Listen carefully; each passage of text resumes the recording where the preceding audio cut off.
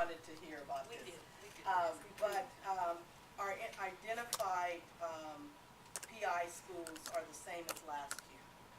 So for elementary, that would be Bel Air, Cambridge, Fair Oaks, Meadow Homes, Rio Vista, Shore Acres, and Ignacio Valley Elementary Schools. Our NCLB receiving schools this year for elementary are the ones in Concord would be Ayers, El Monte, Mountain View, Silverwood, Westwood, and new on our list is Woodside. What's not on our list this year, that was on last year, was Bancroft. And the reason why one of the reasons Bancroft was taken off is that we weren't able to honor as many transfers as we wanted to because of their space. And then for Martinez, Hidden Valley, and then in Pleasant Hill will be Gregory Gardens for our NCLB receiving schools. And then our middle schools, the same two, Oak Grove and Riverview. And this year we have 3 schools that are identified as Grand Hollow Middle, Pleasant Hill Middle, and Valley View. And so what's not on here that was on here last year. And that brings up another question, because as we're talking about predictive identification reports, and one of the recommendations that is in there is to give parents less options for the no-child electric high school, options for them to go to. So is that list firm, or is there a possibility that that's going to change because of the discussion? So this list is firm. It is firm this year. We would add additional schools if we receive more transfers. And that's what happened last year, is that we actually had to add a 4th middle school on because of the number of transfers, either for NCLB or XPX.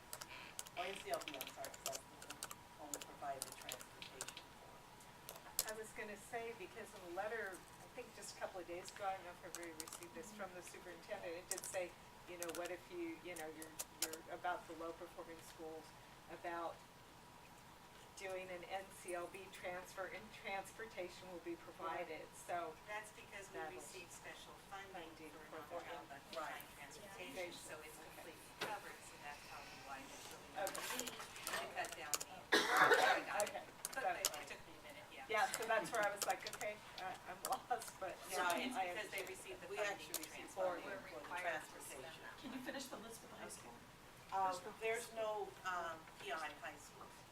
Okay, so for a parent opting another high school, you would use the choice transfer form. And all of our schools, high schools this year are open. Which means for some of you, last year, were nervous about College Park, but they're open to transfer. The 2 schools we are not able to receive transfers for into the school would be Meadow Homes and Delta View. Delta View has over 800 students this year. So that particular school is now over enrolled, and we would not be accepted. Is that a handout, or is that just you brought work to do while you were here, and those are going to be These are mailed? wonderful handouts that I brought from my office that I can share. Maybe I just guilt you into that. But I didn't. So is that all being sent home? It's actually on our website for student services. I know, I get that, but parents need to be informed that it's that time, so how are you informing parents? So schools will be putting this information in their newsletters. Okay. So I just want to make sure that I understood correctly, because I was going to ask if what's the difference between the disproportionality committee and the equity advisory team? Carolyn just said Yeah, I there understand isn't they're one. going There to is be Well, one. no, consolidated. equity advisory team is the stakeholders in the equity advisory team is much broader than our leadership team. And that's because it includes parents, it includes teachers, it includes our police chief. We have community representatives. It's a broader group or cross-section of our district. Whereas the leadership team right now, those that serve on the leadership team are more or less district office administrators or site administrators. And those are part of the disproportionality, Yes. and now they're going to be consolidated.